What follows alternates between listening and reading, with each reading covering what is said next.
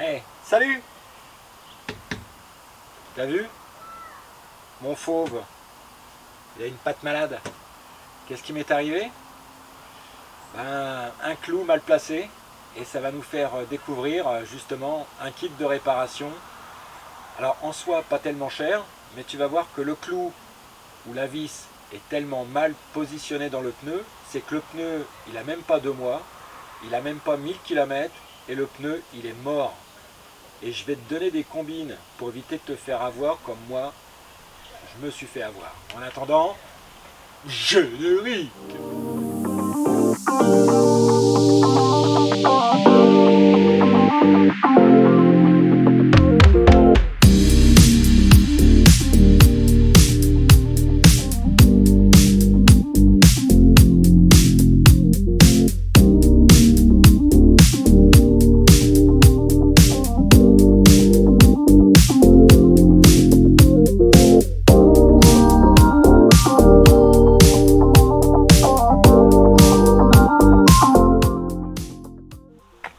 Alors que s'est-il passé exactement? Au mois d'avril, contrôle technique. Le contrôle technique, pour que je puisse le passer correctement, j'ai donc fait le choix de changer mes pneumatiques. Et effectivement, une fois mes pneumatiques changées, la Jaguar, zéro défaut, nickel chrome. Jusqu'à là, tout va bien. Là, on est le samedi 2 juillet et je me suis rendu compte que mon pneu avant droit, il n'était plus aussi haut qu'avant.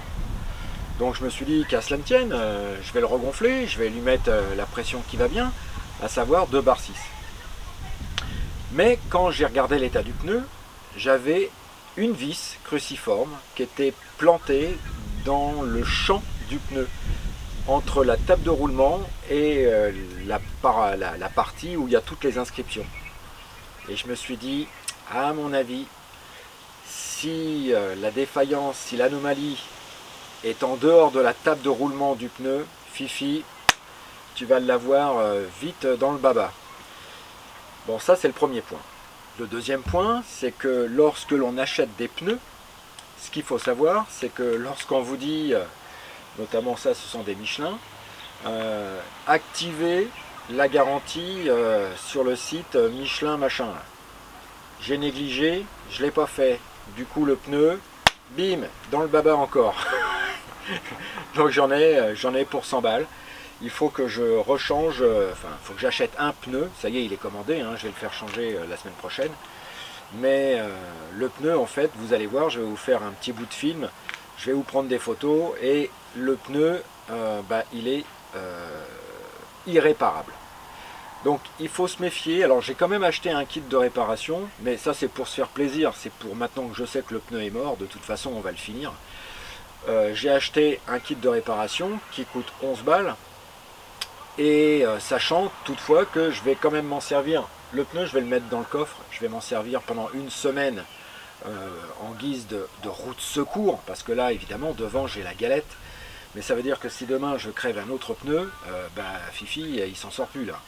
Donc je vais le réparer, tant bien que mal. Alors il y a un gros danger, c'est qu'à vitesse élevée, la réparation étant sur le flanc ou tout au moins en dehors de la table de roulement, on risque l'éclatement.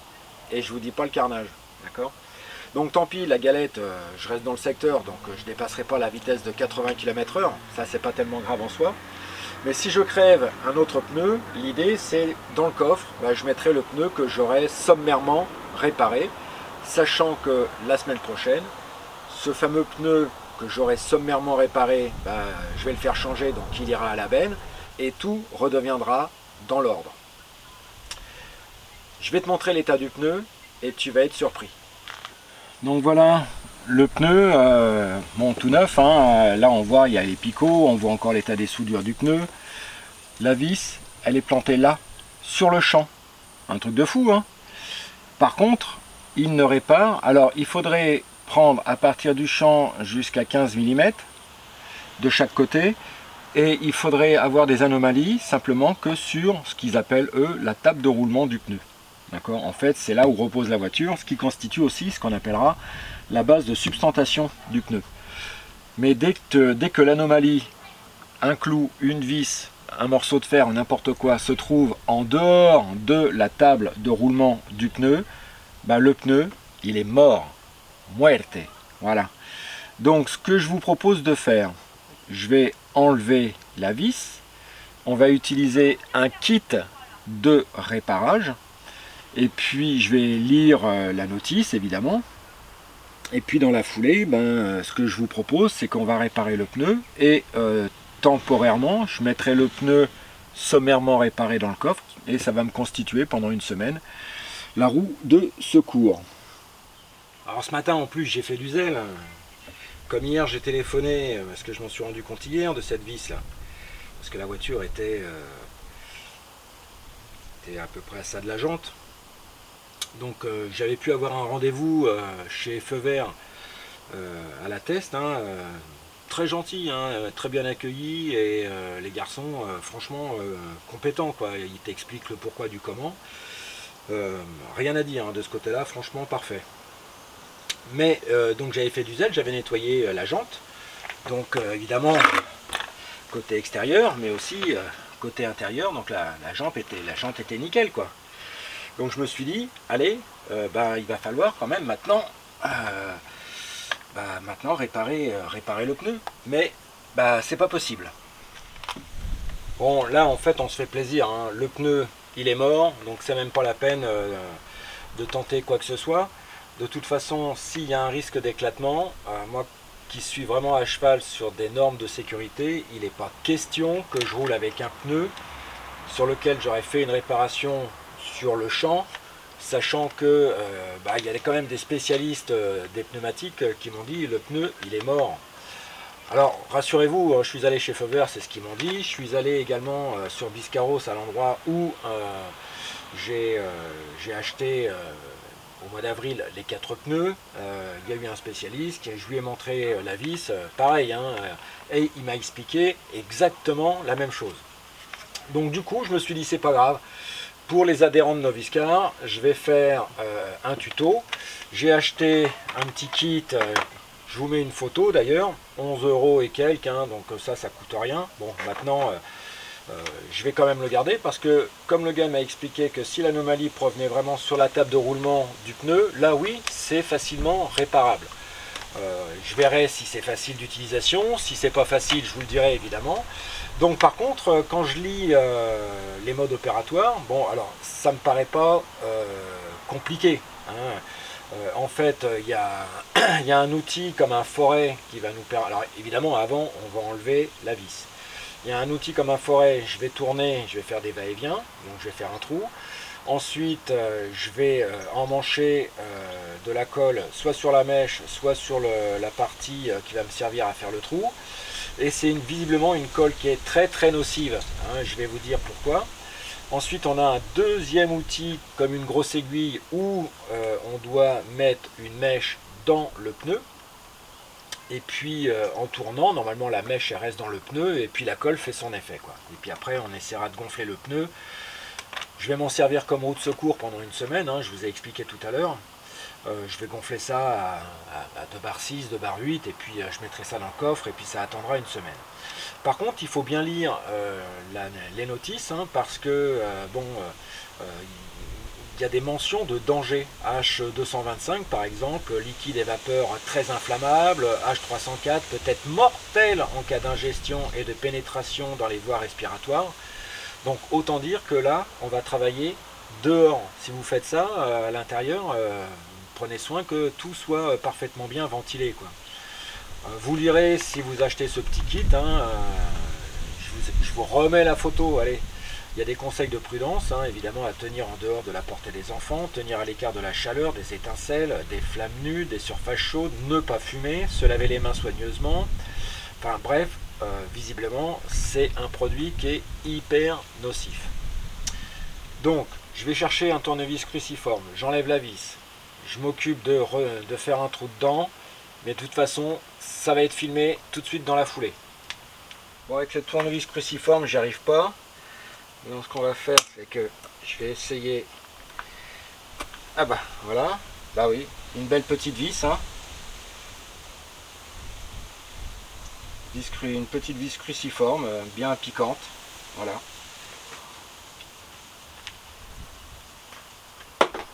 Directement dans la poubelle.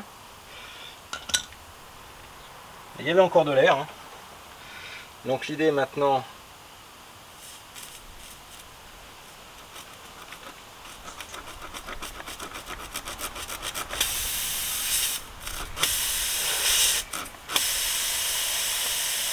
jusqu'à présent, là on entend bien. Alors ce qui est sympa, c'est qu'il y a plusieurs kits. Il y a des grandes mèches avec un petit morceau de cutter si on veut faire des... Bon, je vais pas m'embêter, hein. Moi je vais prendre déjà des mèches qui sont toutes faites.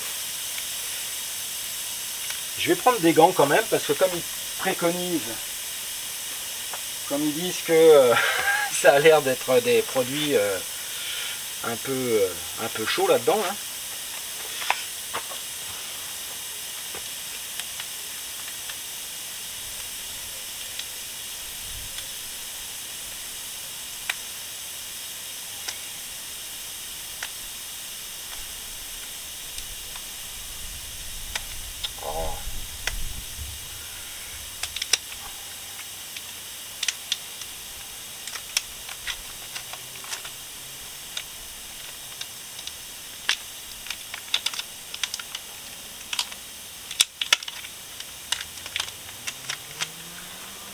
Voilà la mèche. Visiblement, il faut mettre ça là-dedans.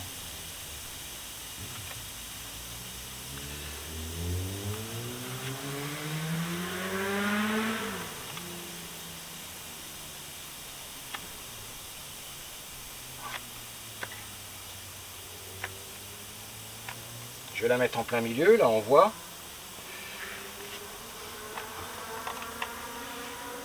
Là où c'est visiblement assez dangereux, c'est la colle. Donc on perce l'embout. Voilà. Ce que je vais faire,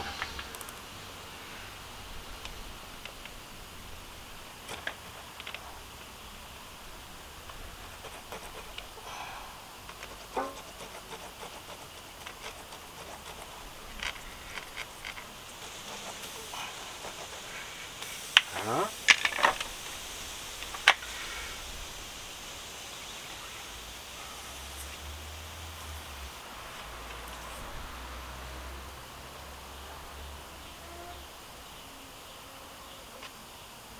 Je remets un peu de colle, hein. Bon, c'est la première fois que j'utilise ça, hein.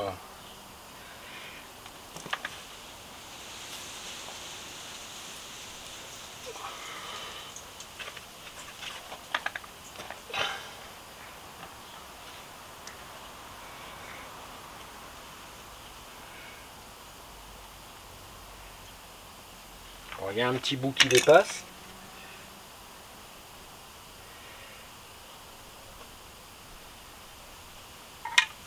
Je vais le laisser sécher 10 minutes.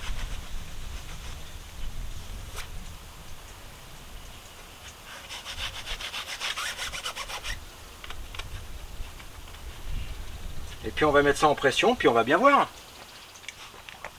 Bon voilà, je te fais un gros plan. Là. Donc là, c'est là où était plantée la vis. Avec cet outil-là, tu m'as vu faire, hein, je suis rentré dans le trou. J'ai fait quelques allers-retours, comme un forêt. J'ai mis un peu de colle vraiment dans le trou. J'ai mis ma fameuse mèche. Ensuite, dans la foulée, tu vois, ça fait un peu comme une grosse aiguille. J'ai enfilé le truc là-dedans. Et puis, en fait, en tirant et en tournant, eh bien, j'ai un embout là qui...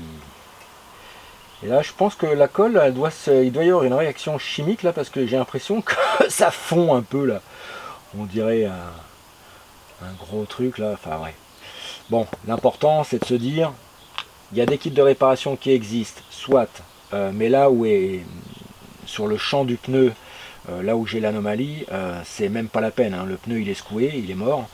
Donc il y a quand même 3 spécialistes hein, qui m'ont dit la même chose. Il faut simplement, pour que le pneu soit réparable, que ce soit sur la bande de roulement du pneu. Si c'est sur le champ ou sur le flanc, c'est mort, c'est pas réparable. Donc voilà. Bon, ce qui me contrarie, c'est que c'est des pneus qui ont 2 mois, ils ont même pas 1000 km et ils sont déjà secoués, quoi. Donc ça me fout un peu les boules. Bon, bah il n'y a plus qu'à gonfler. La petite valve Jaguar. Bon, après on voit hein, à l'endroit de la réparation. Hein. Mal fichu. Hein. Je mets l'embout. Voilà. Donc là, évidemment, il n'y a pas d'air. Oula.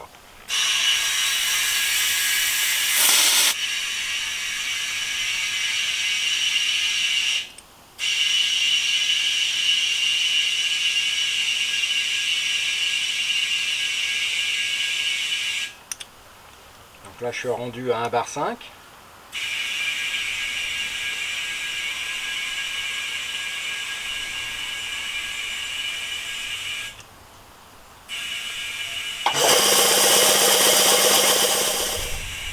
Encore un peu. Je vais monter à 3 bars. Ouais, je suis à 3 bars. Voilà. Et là,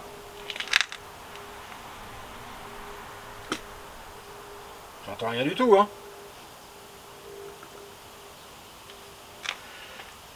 En fait, c'est dommage que l'anomalie se soit produite sur une zone non réparable, avec risque d'éclatement, parce que là, j'aurais réparé le pneu moi-même pour 11 balles, c'était cool. Alors que là, je m'en tire pour 118 € de pneus plus pause. Bon bah voilà, c'est fait, ça m'a demandé quoi? À peine 10 minutes. Bon, c'est contrariant, franchement, aujourd'hui, c'est vrai que j'ai pas de bol en ce moment. Je traverse une mauvaise période, là, il m'arrive que des merdes. Mais bon, c'est comme ça, hein. On va rebondir. Mais prendre une vis cruciforme sur le champ d'un pneu, bah voilà quoi. Bon, conclusion. Qu'est-ce qu'il faut retenir de ça? Parce que, bon, évidemment, c'est un petit peu comme une leçon de vie, hein, il faut en tirer des conclusions.